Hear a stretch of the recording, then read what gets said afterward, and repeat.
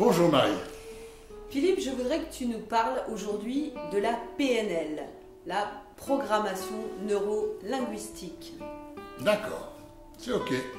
D'ailleurs, ça fait un petit bout de temps qu'on se dit, ce serait bien qu'on leur parle quand même de la PNL, d'où vient cette culture du développement personnel, surtout me concernant, d'un certain nombre d'apprentissages, et en particulier de la PNL humaniste, et celle que j'enseigne, que je veux en plus intégrative. Donc, il est grand temps d'expliquer un tout petit peu, peut-être, aux gens qui nous suivent, qu'est-ce que c'est que la PNL, au fond.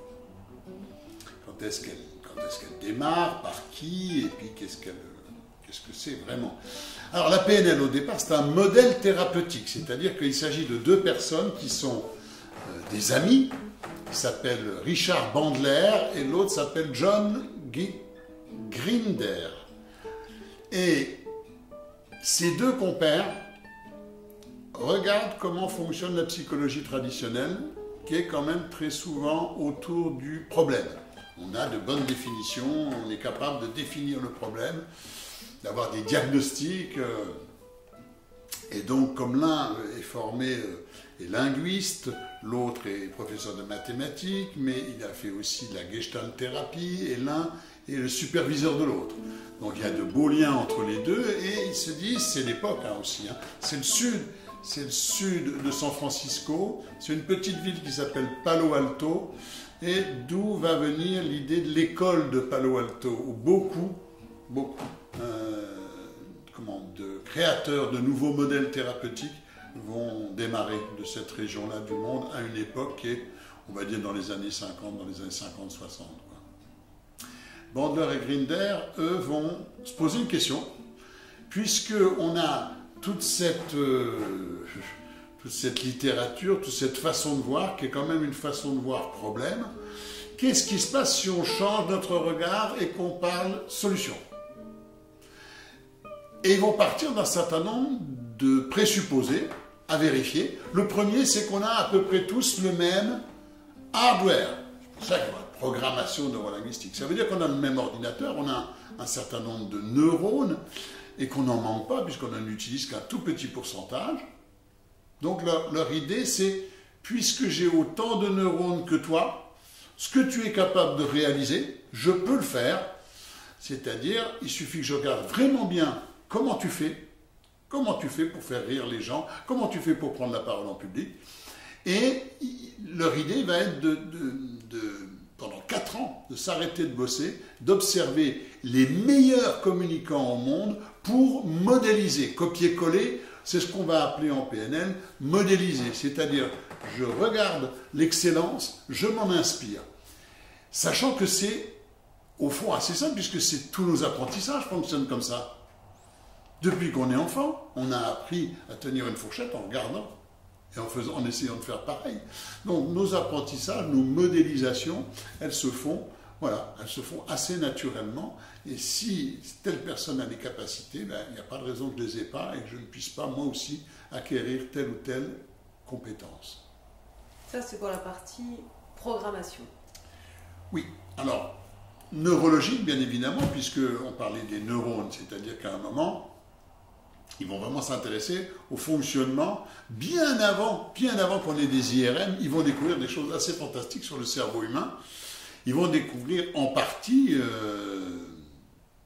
des choses qu'on a découvertes réellement là, depuis quelques années, dont on est certain depuis quelques années. La première, c'est qu'on stocke les informations dans des côtés avec une certaine latéralité.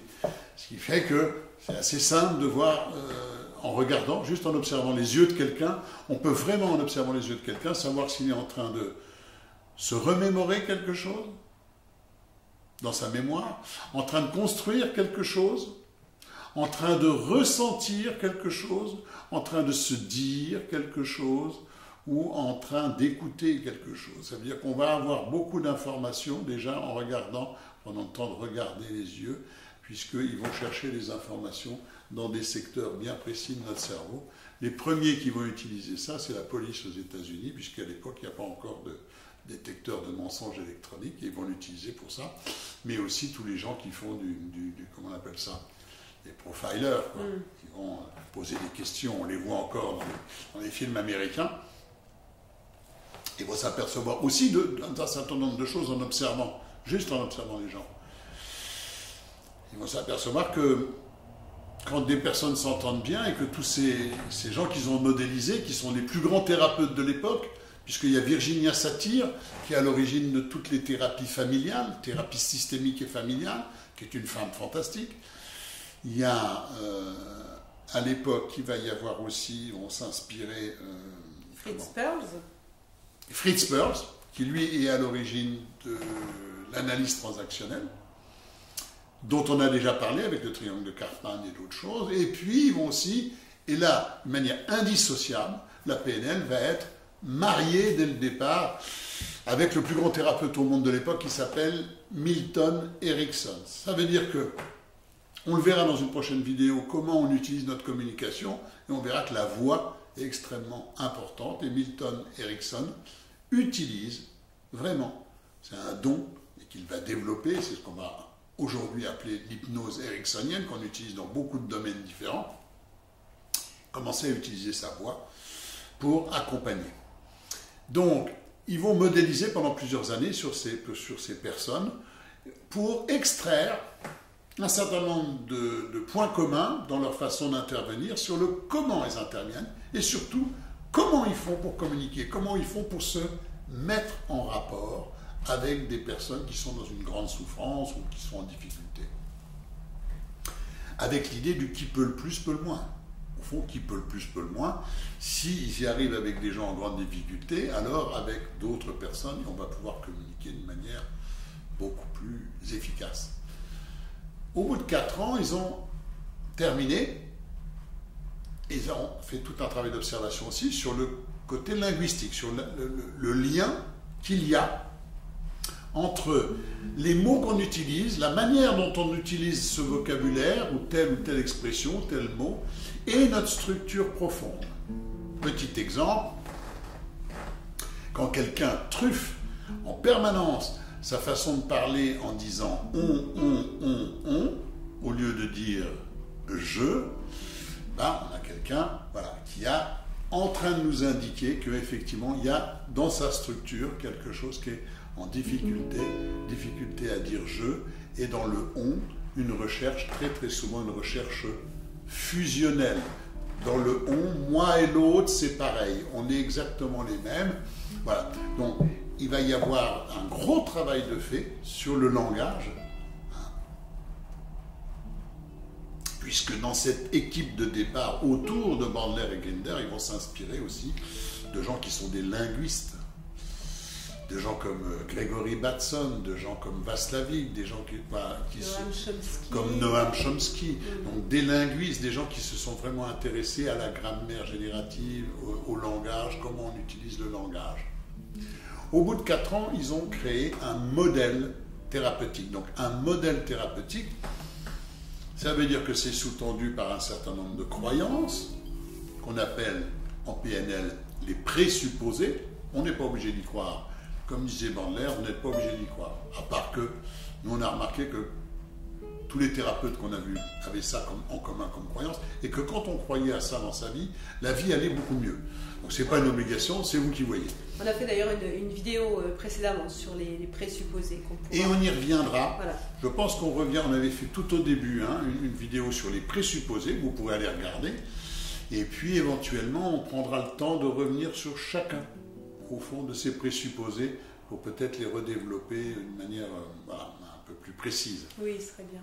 Alors, je voulais aussi te demander, donc ça, tu nous décris la PNL, comme elle est enseignée d'ailleurs à beaucoup d'endroits. Et puis, tu parlais en début de cette vidéo de 2 particules qui me semblent intéressantes que tu développes. C'est la particule de l'humanisme, et dans un second temps, alors on va déjà aller sur l'humanisme. Intégrative. Pourquoi humaniste déjà? Oui. Je suis d'accord avec toi. Pourquoi humaniste? Parce que immédiatement, mais très rapidement, Bandler et Grinder, ce modèle thérapeutique va être rendu célèbre, appris uniquement à des thérapeutes et à quelques cadres supérieurs d'entreprises de la Silicon Valley. Donc tout de suite, ça va un peu déplaire. C'est ça qu'il y a des fois comme ça. ça va être un peu élitiste. Et en même temps, c'est tellement puissant. Parce qu'elle est souvent décriée aussi, la PNL. Bien sûr, parce que c'est tellement puissant. Donc par jalousie en particulier, si tu veux, bien évidemment que quand Bandler et Grinder, devant 500 personnes, soignent une phobie profonde d'une personne en moins de 10 minutes, et que l'alternative de ça à l'époque, c'est d'aller voir un psychanalyste une fois par semaine pendant 10 ans, c'est sûr qu'ils ne vont pas se faire que des copains, les cocos. C'est-à-dire que leur modèle de transformation est tellement puissant qu'il y a des endroits où il est, puisque c'est un modèle thérapeutique, où il est extrêmement puissant. Mais c'est aussi un modèle de communication, et beaucoup de gens vont piquer le côté communication pour transmettre, d'ailleurs encore aujourd'hui, pour transmettre une PNL qui est plutôt comme on dirait, une caisse à outils d'un bon communicant, mais c'est comment je communique avec les autres et comment je peux utiliser la PNL pour communiquer avec les autres. Quelques petites dérives avec la PNL, comme c'est un outil très très puissant, pourquoi pas l'utiliser pour vendre des encyclopédies à des aveugles, puisque c'est très puissant. Alors, la particule humaniste, elle va dire deux choses. Un, elle va dire respectueux de l'homme. Ça veut dire qu'avant, avant de démarrer un parcours de formation dans l'école qu'on a créée ensemble, Marie, Bande Poisson, tu sais que je reçois les gens pour savoir qu'est-ce que vous voulez faire. Et est-ce que vous avez bien compris que la PNL humaniste, elle est particulière parce que elle va mettre l'accent sur votre transformation, pas sur l'utilisation dans la tête, comme ça, de trucs et ficelles. Elle va vraiment mettre l'accent sur un temps long au niveau de votre transformation personnelle. Et elle va s'étaler sur 2 ans. On n'apprend pas, on ne devient pas maître praticien en PNL en 40 jours d'affilée. Même si ça dure à peu près 40-45 jours, ils vont étaler sur 2 ans, parce que c'est un processus de transformation personnelle, voilà, qui demande d'intégrer les présupposés, qui demande du temps, qui demande d'être pris au sérieux et de prendre du temps. Et puis pour terminer, tu m'as demandé pourquoi intégrative à plusieurs niveaux. Un, parce que je n'enseigne pas aujourd'hui comme j'enseignais il y a 10 ans. Parce que depuis, je me suis formé aussi à d'autres choses. Je me suis formé aussi à l'analyse transactionnelle en partie. Je me suis formé à l'énéagramme. Je me suis formé à la communication non violente. Je lis, je partage. Voilà. Et donc, je ne suis plus le même qu'il y a 10 ans. Donc, intégrative, déjà, moi, en tant qu'enseignant, on est intégrative. 2, parce que je tiens à ce que l'école que j'ai créée, même si une petite école, soit vraiment dans cette idée d'intégratif. Ça veut dire que tous les ans, quand on fait une journée de l'école, j'aime bien faire venir des gens qui font d'autres choses dans le développement personnel pour les présenter. Ce qui indique aussi à chacun et à chacune, voilà, que peut-être je peux aller piocher ici et droite pour faire ce que fait la PNL. C'est modéliser. C'est dire, tiens, il y a ça qui est intéressant je vais le prendre, et puis je vais me l'approprier, et puis ensuite je vais pouvoir m'enrichir de cette façon-là. Oui, bien sûr, d'autant que comme chaque personne est unique, voilà, les modèles auxquels on va être plutôt, qui vont plus nous parler à nous, peuvent être différents aussi. Donc effectivement, pour nous, la PNL humaniste, ça nous a beaucoup plu. Pour d'autres personnes, peut-être moins. Donc je trouve que c'est intéressant effectivement d'aller vers une intégration de cette PNL. Alors, je vous la resituerai aussi à un moment dans le spectre des thérapies en général. Il y a des thérapies qui sont plutôt psychocorporelles, ou qui passent par le corps. Dans l'approche de la PNL, elle est vraiment sur le langage et sur la posture, mais il n'y a pas ou peu de contact, comme il peut y avoir dans certaines autres approches. Donc il y a des tas d'approches thérapeutiques qui sont très intéressantes. Celle-ci, à mon avis, comme toi, comme moi, nous l'avons découvert il y a plus de 15 ans, presque une vingtaine d'années. Et moi, je suis persuadé que je n'aurai pas assez d'une seule vie pour en faire le tour, pour m'enrichir de ce que peut apporter la PNL, et qu'elle me suffit largement. en même temps, sans croire qu'elle est toute puissante, puisque je me suis formé à beaucoup d'autres choses. J'ai fait de la psychopatho, j'ai fait d'autres choses qui me paraissent tout à fait utiles, nécessaires et complémentaires, pour ne pas être dans la toute-puissance, de croire que la PNL peut tout régler, pas plus qu'un autre modèle. Donc ça nous laisse les pieds sur terre avec une certaine modestie. Voilà, programmation neuro-linguistique. Après, plus si affinité, quand vous allez sur notre site qui est Poisson dans l'eau, vous voyez que sur l'autre côté c'est Bande Poisson, et Bande Poisson, c'est notre école de développement personnel qui était là bien avant cette chaîne YouTube que nous avons démarrée. Et à l'intérieur de laquelle vous pourrez retrouver nos formations en PNL humaniste intégrative. Tout à fait, Marie. Voilà, écoute, on a mis une quinzaine de minutes. Voilà, c'est vraiment ce que je m'étais promis de faire, présenter la PNL en une quinzaine de minutes. Je vous remercie pour votre écoute, pour votre patience, pour votre bienveillance.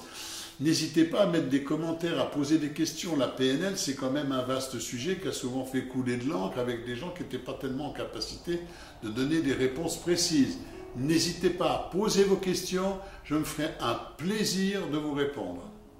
Abonnez-vous, cliquez, et puis à très bientôt. Abonnez, cliquez, faites tout ce que vous avez à faire, et surtout passez une très belle journée. À très bientôt de vous retrouver. Au revoir Philippe. Merci, au revoir à toi, à bientôt Marie. À bientôt.